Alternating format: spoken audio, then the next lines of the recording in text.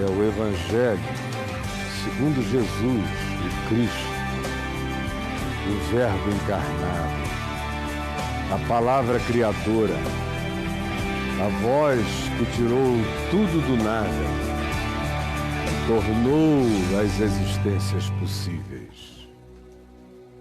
Hoje, eu leio no Evangelho de João para você, Evangelho de João, leio para e com você, no capítulo 3, preste atenção. Diz assim: havia entre os fariseus, que é aquela seita mais rigorosa e legalista dos judeus, um homem chamado Nicodemos, que significa vitorioso com o povo, ou vitorioso para o povo e pelo povo. Nicodemos é um nome grego, que era um dos principais do judaísmo, da religião judaica, da academia, da diplomacia política. Embora fosse um fariseu, ele era um homem de muita flexibilidade, ele não era tão radical quanto os demais da seita a qual ele estava afiliado dentro do judaísmo. Então esse Nicodemos, que era um dos principais dentre os judeus, era uma das figuras mais importantes e renomadas e significativas e cultas e respeitadas, de noite um dia foi ter com Jesus. Não queria de dia porque não queria se visibilizar, e à noite, na antiguidade, era noite, não é como hoje, onde noite e dia são a mesma coisa. Não, era escuro, não se via quem ia e vinha. E ele aproveitou este véu da noite e foi ter com Jesus escondido e lhe disse: mestre, sabemos, ele tinha a presunção de saber algo. Sabemos que és mestre. É uma redundância, mestre. Sabemos que és mestre, vindo da parte de Deus. Porque ninguém pode fazer estes sinais que tu fazes se Deus não estiver com ele. Que sinais? Ora, aqui no capítulo 2, no verso 23, portanto, antes de Nicodemos chegar, e é o contexto que explica por que Nicodemos foi ter com Jesus à noite, diz assim: estando Jesus em Jerusalém durante a festa da Páscoa, naquela Páscoa daquele ano, muitos, vendo os sinais que ele fazia em Jerusalém durante a festa da Páscoa, creram nele. Mas o próprio Jesus não se confiava a nenhum deles, porque conhecia todos e não precisava de que alguém lhe desse testemunho a respeito do homem, porque ele mesmo sabia qual era a natureza humana. Então, não havia romances, nem enganos, nem ilusões em Jesus acerca de como o homem reage às coisas e o que ele valoriza. E mesmo reconhecendo grandes significados, o que ele está disposto a trocar para não perder seu poder. Então, é esse contexto, é essa situação que faz Nicodemos dizer: mestre, sabemos que és mestre, porque vimos os sinais. Ninguém pode fazer isto que tu fazes se Deus não estiver com ele. Ele deduz que Jesus só podia ser alguém de significado extraordinariamente superior, enviado por Deus, ou falando da parte de Deus, por causa de uma relação de dedução de causa e efeito. Ninguém pode fazer os sinais que tu fazes se Deus não estiver com ele. É o que a maioria das pessoas usa para discernimentos de natureza teológica. Eu creio que essa pessoa é de Deus porque ela faz milagres. Eu creio que essa pessoa é de Deus porque ela fala bem. Eu creio que essa pessoa é de Deus porque ela expulsa poderes malignos. Quando Jesus nos diz, repetidas vezes, e a mais explícita de todos está em Mateus no capítulo 7, quando ele diz que nem todo aquele que lhe diz Senhor, Senhor, entrará no reino dos céus, mas tão somente aquele que obedece, que se ativa pela obediência à palavra. Como ele também diz que nem todo que diz em teu nome expulsamos demônios, operamos milagres, profetizamos, entrará no reino dos céus. Porque são pessoas que têm a boca cheia do nome de Deus e as ações marcadas por atitudes de suposta manifestação da autoridade divina, mas não vivem Deus, não provaram Deus, não conhecem a Deus, porque Deus não é um nome nem um assunto a ser debatido ou entendido ou dominado para ser exposto e para ser, assim, o poder que impressiona os outros a partir de mim. Jesus disse não. Se você não tiver conhecimento experiencial de Deus, e se o seu conhecimento de Deus não for demonstrado pela prática, pela obediência em fé, dando razão a Deus, pela frutuosidade que decorre de maneira natural da sua obediência prática à lei da vida, segundo Jesus, segundo o Evangelho, se você não tiver a experiência de Deus manifesta como fé, que atua pelo amor e que lhe coloca no caminho prático da obediência, você pode ter todas as teologias e vir com todas as supostas deduções, você não sabe ainda do que está falando, embora você carregue a presunção de dizer, sabemos que tu és, porque ninguém pode fazer estes sinais se não tiver sido enviado por Deus, ou se Deus não estiver com ele. Ao que Jesus respondeu, menos, não é nada disso. Essas lógicas lineares e cartesianas não servem para explicar a relação de Deus com o homem. Você está olhando a partir de lógicas de causa e efeito, Nicodemos. O reino de Deus está acima da teologia moral de causa e efeito e da sua aplicação ao mundo das deduções acerca de quem é de Deus ou quem não é de Deus. Isso é uma falácia. Portanto, a isto respondeu Jesus. Em verdade eu te digo que se alguém não nascer de novo, não passar pela experiência dessa regeneração essencial, não pode ver, enxergar, discernir, perceber o reino de Deus, nem o que está acontecendo, não vai entender nada. A conclusão será errada, equivocada, a dedução será ilusiva e ilusória. Porque se não houver a mudança da matrix, se não houver a mudança do pressuposto essencial, se não houver a conversão do significado mais profundo do ser, ninguém enxerga essa outra dimensão. A gente passa pela vida vendo só as lógicas lineares.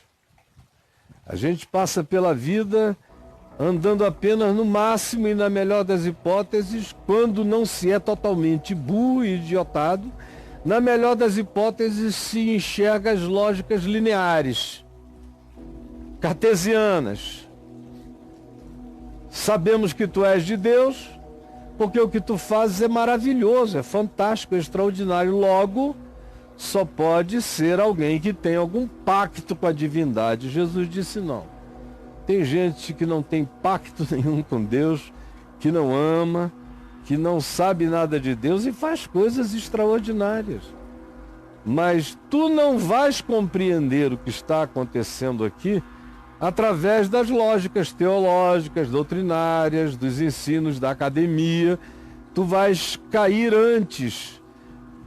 Tu não vais passar a fronteira das lógicas e das conclusões para entrares na dimensão das coisas que não são concluíveis pelas lógicas de causa e efeito, pois elas só são apropriáveis pela fé quando a gente enxerga para além do que os olhos percebem e do que as lógicas imediatas deduzem. Não, eu te digo isso. Se alguém não nascer, não mudar o pressuposto, a matrix espiritual, não pode ver, não pode enxergar, não tem o prisma para discernir o reino atrás do imediato, ou pervadindo o imediato, ou presente em todas as coisas. Os verdadeiros sinais do reino de Deus você não vai enxergar enquanto sua mente ficar presa apenas a essa linearidade.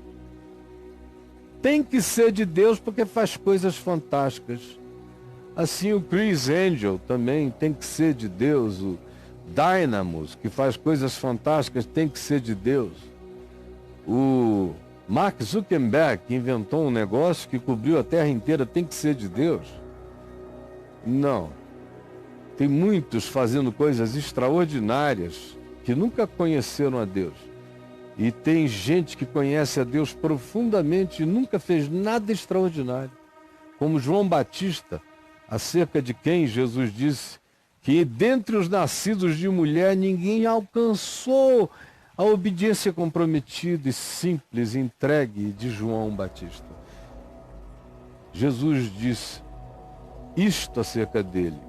E aí o Evangelho diz, sobre o mesmo João Batista, que ele, João, na verdade, nunca fez nenhum sinal, nenhum milagre, nunca chamou atenção por nada portentoso. Era o caráter dele que era um grito desafiante, rasgante, provocativo. Mas ele nunca fez nenhum milagre, nenhum sinal. Todavia, tudo quanto ele disse acerca de Jesus era verdade. Portanto, esse critério de sinais, prodígios, maravilhas, não são nada, a menos que eles sejam corroborados, validados pelo fruto desse novo nascimento, desse novo olhar, dessa nova compreensão, dessa matrix do reino a partir da qual tudo mais é interpretado e conhecido.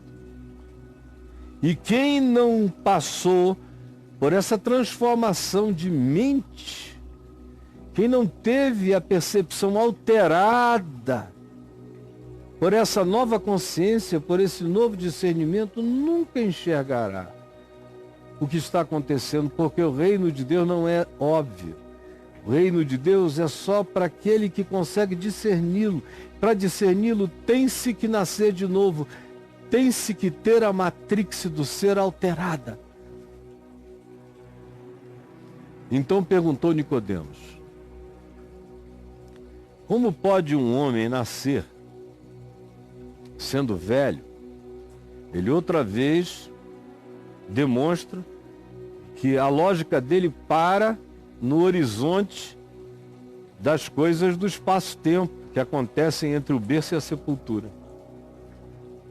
Porque Jesus explica a ele, diz, olha, essa lógica linear não é o bastante para você concluir que eu sou, seja lá quem eu seja. Porque só dá para entender de fato as coisas do reino de Deus se o teu olhar e a tua mente forem mudados, se a matrix for alterada. Aí ele repete que o modo dele ver é o modo linear, é o modo seco, é o modo cartesiano, é o modo das lógicas aparentes. Quando ele diz, como pode um homem nascer sendo velho?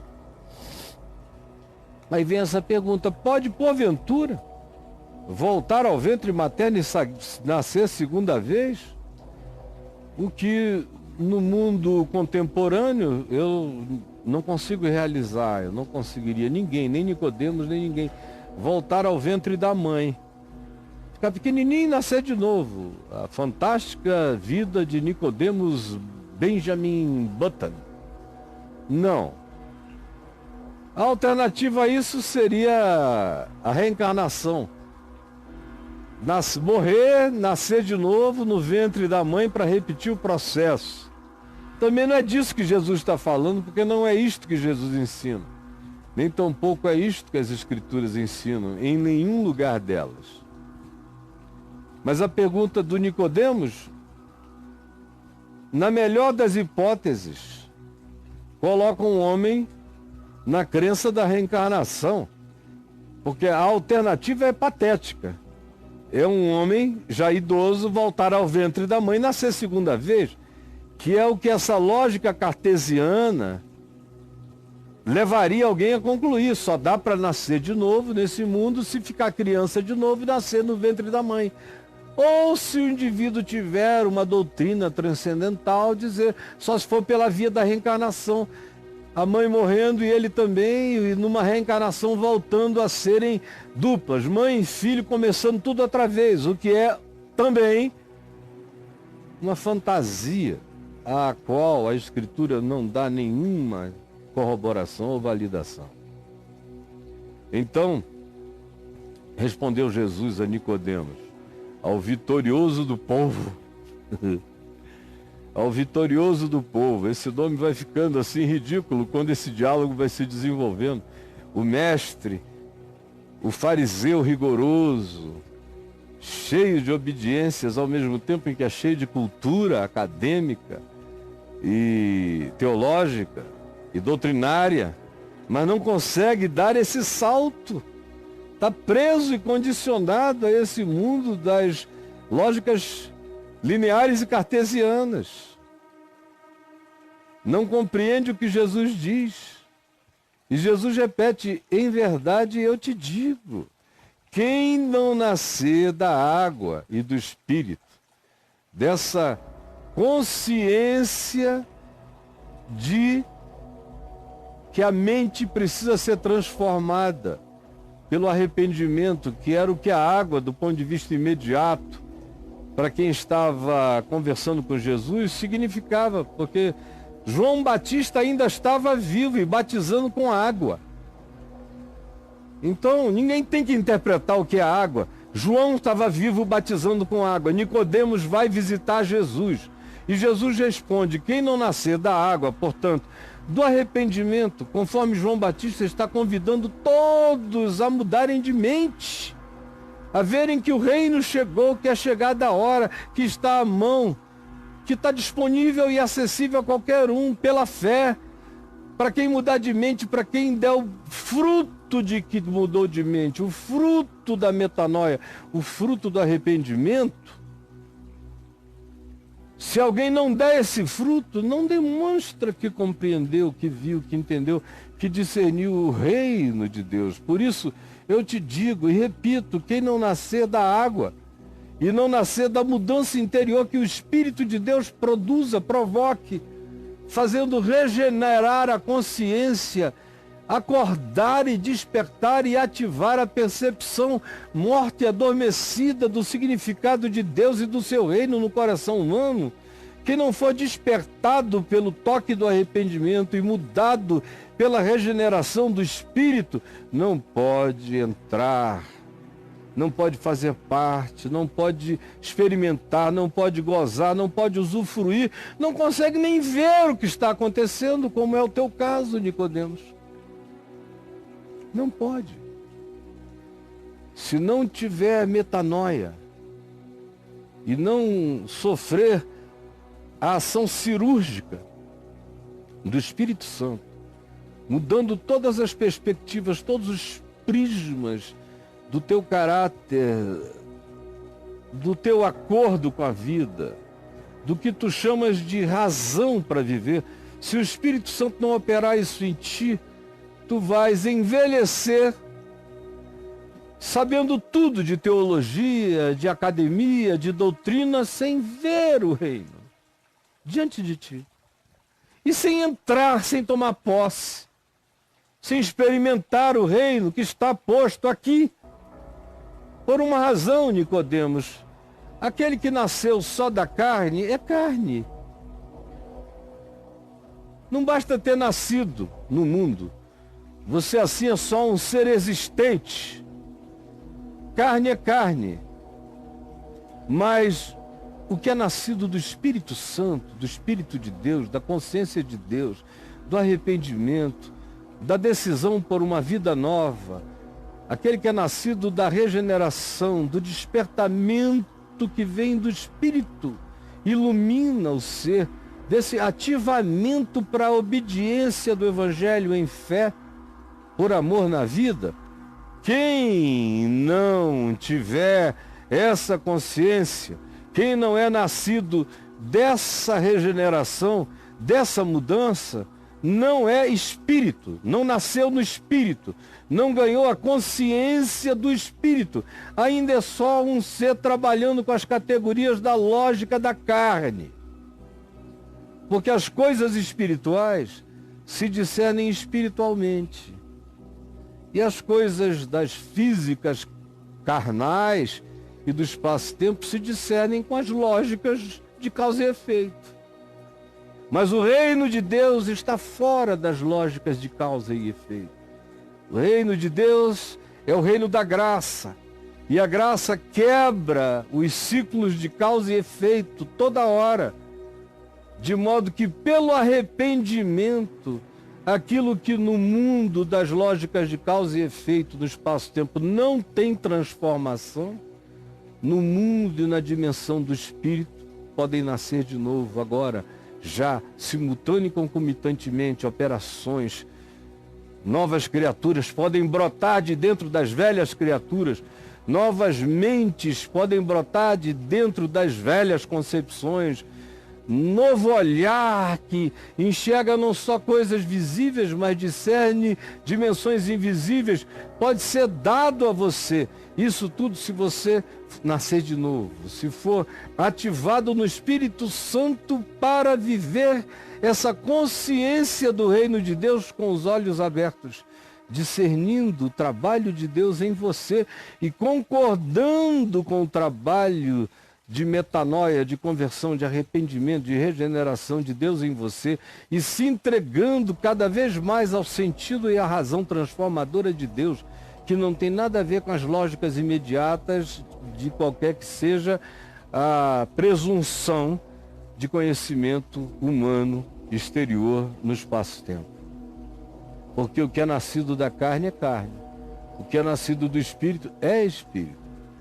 Portanto, Nicodemos, não te admires de eu te dizer, você tem que nascer de novo, porque senão você não vai entrar, senão você não vai ver, senão você não vai usufruir.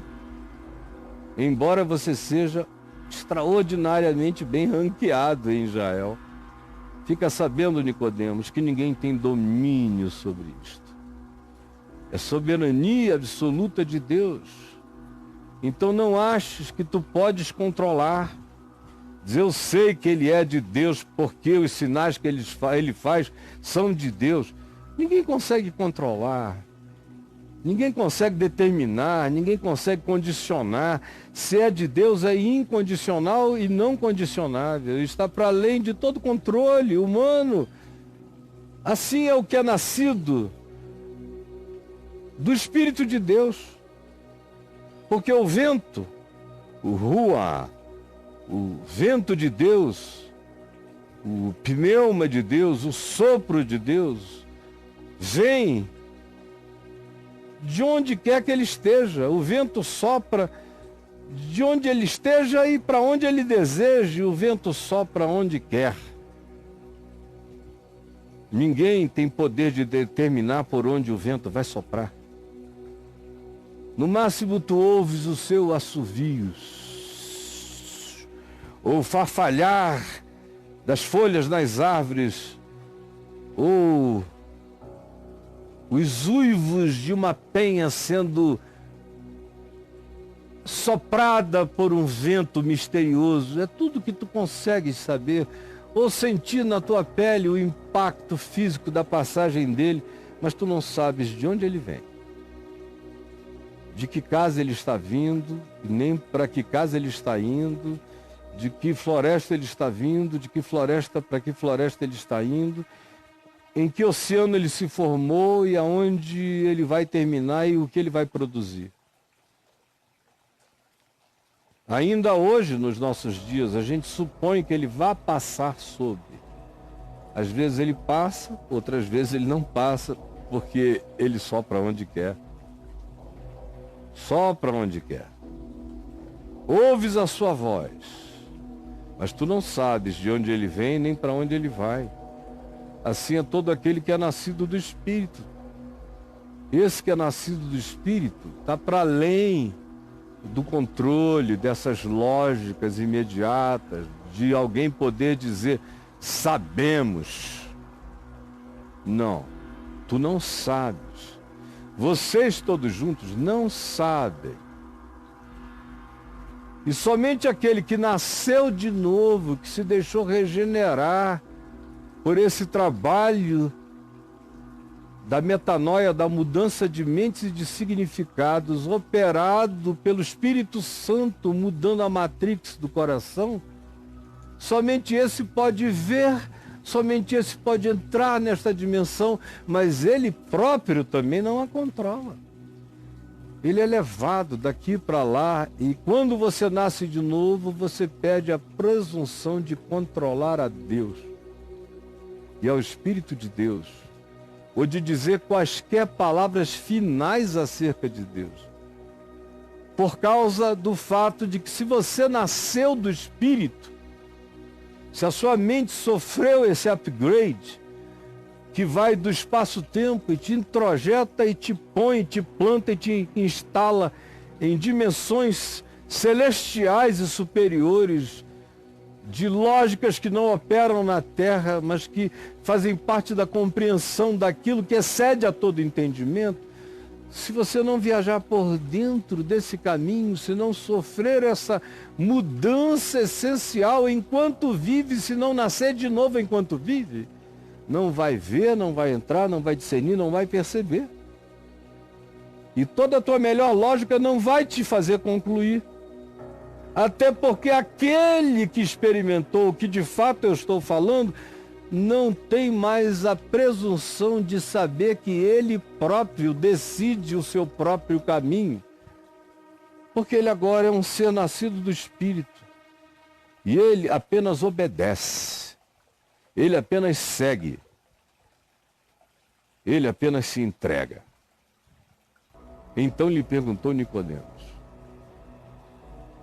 o vitorioso do povo, o melhor do povo, um dos principais dos judeus: como pode suceder isto?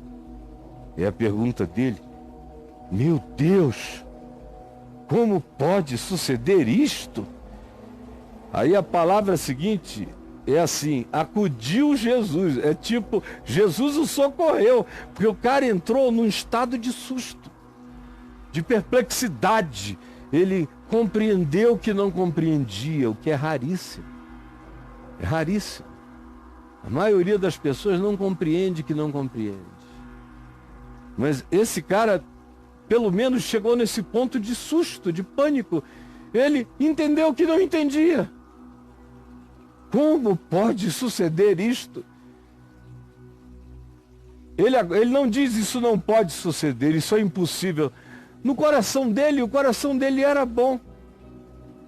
Ele só tinha que vencer a nicodemice de ser o vitorioso do povo, o acadêmico do povo, essa tolice. E este Nicodemos entendeu. E se deixou sacudir por esse pânico, por essa angústia, por esse pavor. E teve a graça de compreender que não compreendia. E de expressar com veemência seu pânico da sua mais absurda ignorância. E disse a Jesus: como pode? Ele não disse não pode, ele só disse: me ensina como. Qual é o processo? Como é que isso pode acontecer? Em outras palavras, ele está dizendo: eu quero que isso aconteça também comigo. Mas como é assim? Como pode acontecer? Jesus o socorreu, porque o mestre estava angustiado. E olha o que Jesus lhe disse: Qual é a consolação de Jesus? É derrubar de vez a ilusão do homem. A consolação de Jesus é derrubar de vez a ilusão humana. E assim Jesus socorre a Nicodemos com uma pergunta: tu és mestre em Israel e não compreendes estas coisas? São as coisas que as escolas não ensinam. Nenhum curso, nenhuma academia, nenhum rabinato, nenhum seminário, nenhum sacerdócio, nenhum mestre, nenhum corpo docente, de lugar nenhum, sabe isto ou entende isto. Eles são no máximo seres da lógica linear e cartesiana, eles param aonde a mente deles não alcança mais. E aonde as demonstrações empíricas e repetitivas não podem acontecer. Aí eles param. E Jesus disse: não é o bastante saber andar até onde a filosofia, a teologia e a lógica te levam. Você tem que transcender a filosofia, a teologia e a lógica e entender as coisas que as escolas não ensinam. Tu és mestre em Israel e não compreendes estas coisas simples, básicas. Mas na realidade, a fala, a pergunta de Jesus tinha a intenção de liquidar de vez a ilusão do mestre, a ilusão do pensador, do teólogo, do filósofo, do doutrinador, do que pensa que pelo seu muito saber ele conclui alguma coisa, quando na realidade todos os saberes me levam a saber que eu não concluo definitivamente nada e que todo o meu saber é apenas de absoluta relatividade e que ele será substituído em tempo, porque não passa ainda do que apenas se palmilha na experiência tateante das lógicas lineares e cartesianas que vão sendo vencidas por realidades maiores e mais esmagadoras, para não mencionar a dimensão espiritual que está para além das coisas que se pode compreender com os sentidos e tem a ver com aquelas coisas que excedem a todo entendimento. Se o indivíduo nesse ponto der razão a Deus definitivamente, existem coisas e a maioria das realidades espirituais habitam essa dimensão aonde o melhor do meu pensar não penetra, o melhor do meu intuir não alcança, o melhor do meu concluir não conclui. E essa seria a minha melhor inteligência, seria concluir e discernir a inconclusividade das minhas conclusões e assim me quebrantar. Se eu não chegar aí, e se eu aí não for levado e aí não alcançar pela pulsão, pelo trabalho do Espírito, me dando esses socos de luz para eu entender alguma coisa, se eu não admitir a minha presunção e não concluir com o meu não poder concluir, para me manter aberto, para então nascer de novo, nada dessa dimensão do Espírito, do reino de Deus será ativado, será despertado, será acordado dentro de mim. Porque em verdade eu te digo, disse Jesus a ele, que nós dizemos o que sabemos. É o papo de todo mundo fala do que aprendeu, do que sabe, do que estudou, se apresenta dizendo o que sabe, eu sou isto ou aquilo. E testificamos aquilo que nós dizemos temos visto. É até onde a gente pode ir. Contudo, eu dizendo o que eu digo, porque eu sei o que eu sei, e mesmo eu testemunhando o que eu tenho visto, você e a maioria não podem aceitar o meu testemunho. Não aceitam o meu testemunho. Ficam concluindo com as conclusões do que apenas vocês experimentaram. E vocês não irão dar o passo além se vocês não puderem crer naquele que viu, naquele que soube, e soube não porque aprendeu com os mestres, mas porque foi ensinado pelo Pai e porque se apropriou de tal modo que isso agora é seu, como tudo isso que eu digo, faço e falo é meu. Se você não aceitar esse testemunho, você não vai ter acesso ao que eu estou falando.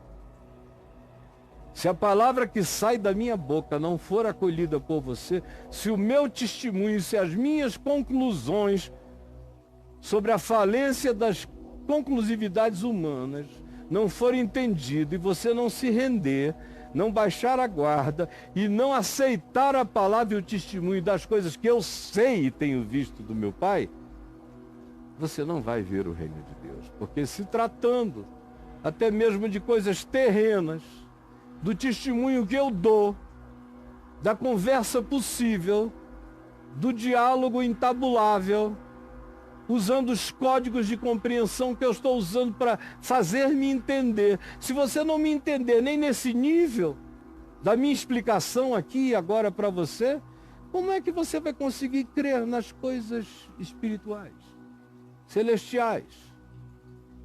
Aceita pelo menos a incapacidade que tu tens de concluires sobre as coisas celestiais, as coisas do reino de Deus, as lógicas do Espírito Santo que estão para além do teu poder de alcançar e que são as manifestações que a gente recebe pela fé, e justamente são elas próprias que nos transformam, que nos fazem nascer de novo, que nos ativam e nos regeneram por uma nova percepção. Assim, se tratando de coisas terrenas, não me credes? Como crereis se eu começar a falar das celestiais? Ora, Nicodemos, ninguém subiu ao céu até hoje.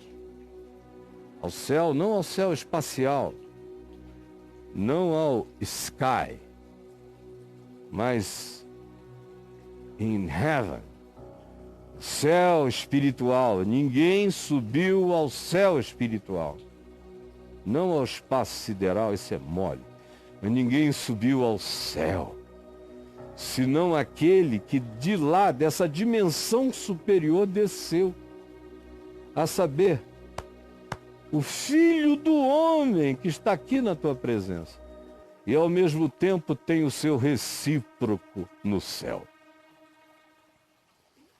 De modo e do modo por que e como Moisés levantou aquela serpente lá no deserto que mordia o povo de Israel, assim importa que o Filho do Homem seja levantado, para que, assim como foi lá no deserto, quando Deus disse que aquele que olhasse para a serpente de bronze erguida por Moisés numa haste e a visse ali, cresce que as mordeduras das serpentes que estavam molestando e envenenando o povo todo e matando, tinham sido absorvidas pela serpente de bronze, no símbolo daquele emblema, ficaria curado. Assim também eu digo que hoje o que está acontecendo é isso. Está todo mundo sendo mordido pelo veneno da morte, como o povo de Israel no deserto. E eu, o Filho do Homem, fui enviado e serei levantado. Era uma expressão para definir a sua cruz. Serei levantado e vou absorver para mim o veneno de todos, para que todo aquele que creia em mim tenha vida eterna. Sabe o porquê, Nicodemos? Porque Deus amou o mundo. Fez isso e faz isso por amor. Se você não entender que tudo isso é fruto do amor e que o nascer de novo acontece porque aquele que não teve pecado, Deus o fez pecado por nós. E ele se tornou o centro de convergência de toda a iniquidade do universo e da humanidade, porque Deus fez convergir tudo para ele. Aquele que não tivesse a consciência de que sua culpa, seu pecado, sua vida de morte foi absorvida na cruz, para que agora, crendo, você veja o reino, entre do reino e se aproprie de uma dimensão eterna para a sua condição humana. Aquele que não tiver essa percepção de fé não vai se apropriar de nada. Agora, se tu queres saber por que Deus age assim conosco, humanos, diz Jesus a Nicodemos, é porque Deus amou o mundo de tal maneira, Nicodemos, que deu o seu Filho unigênito. E Nicodemos entendia bem essa linguagem do Filho unigênito, desse ser, desse anjo do Senhor, dessa manifestação de Deus no espaço-tempo, sinalizando o Cristo que viria.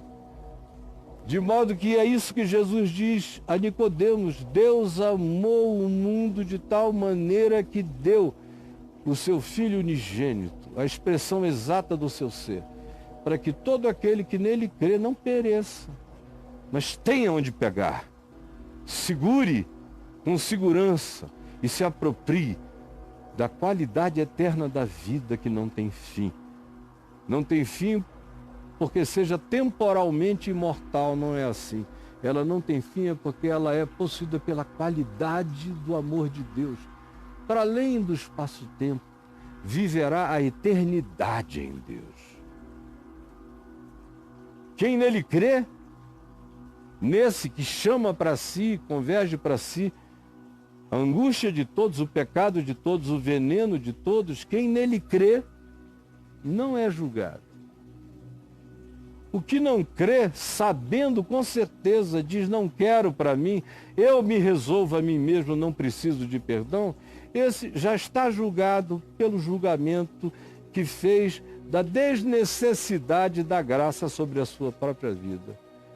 Esse já está julgado porque não crê naquilo que já foi feito em favor dele, de modo que tudo convergiu para o unigênito de Deus, para que todos os filhos de Deus ficassem livres de toda e qualquer culpa e pudessem seguir a jornada e não serem apenas homens da carne para a carne, mas seres humanos do espírito para o espírito.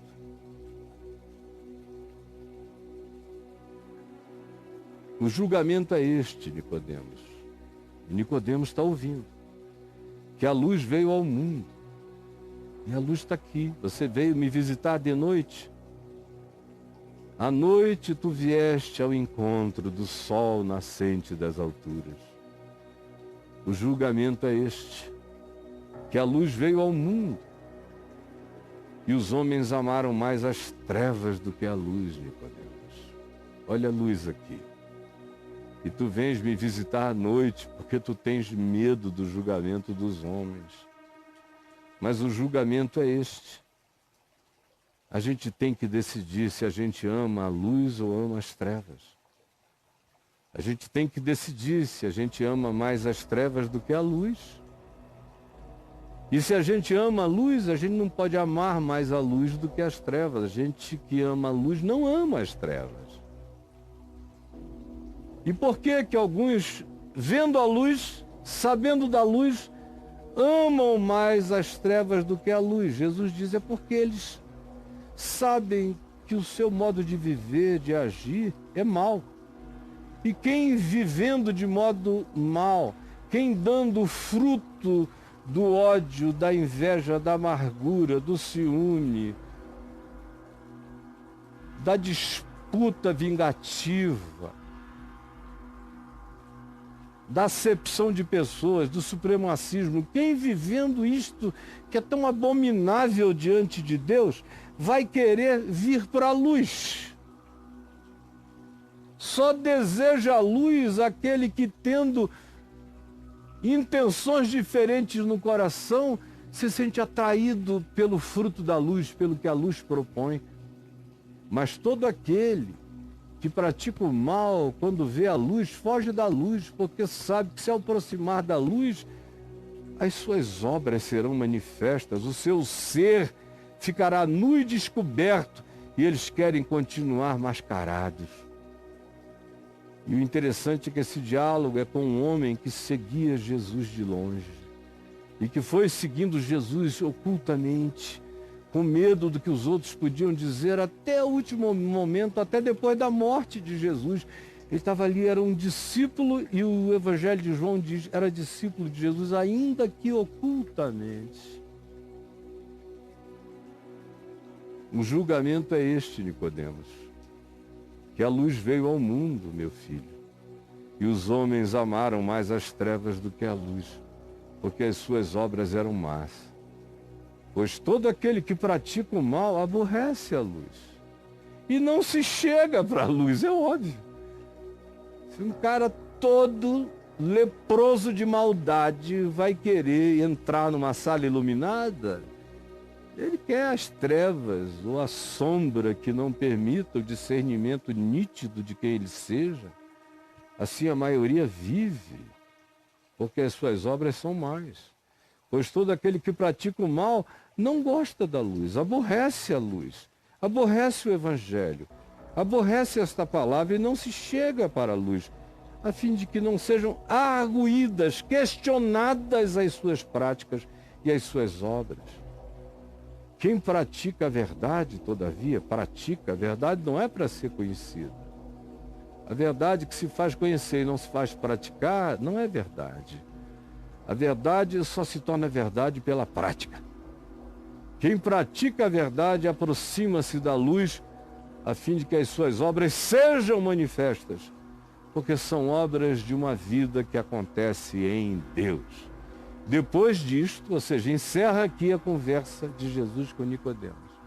Depois disto, foi Jesus com os seus discípulos para a terra da Judéia, ali permaneceu com eles e ali também ele batizava. Saiu de Jerusalém, não se retirou da Judéia, mas acabou a conversa com Nicodemos. E eu encerro a conversa com os meus Nicodemos hoje aqui. Jesus deu para entender tudo. Foi simples, foi rápido, mas deu para entender tudo.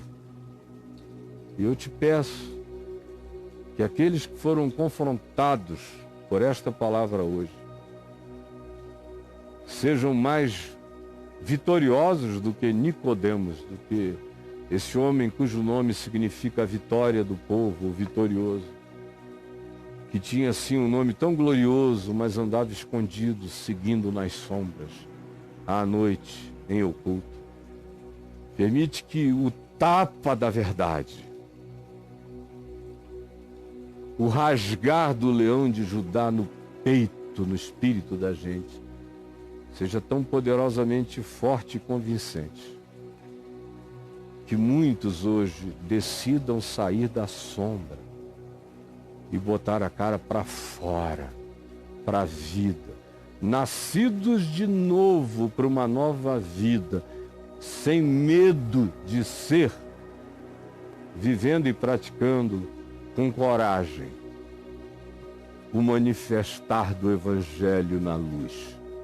É o que eu peço que aconteça agora, em nome de Jesus. Amém e amém.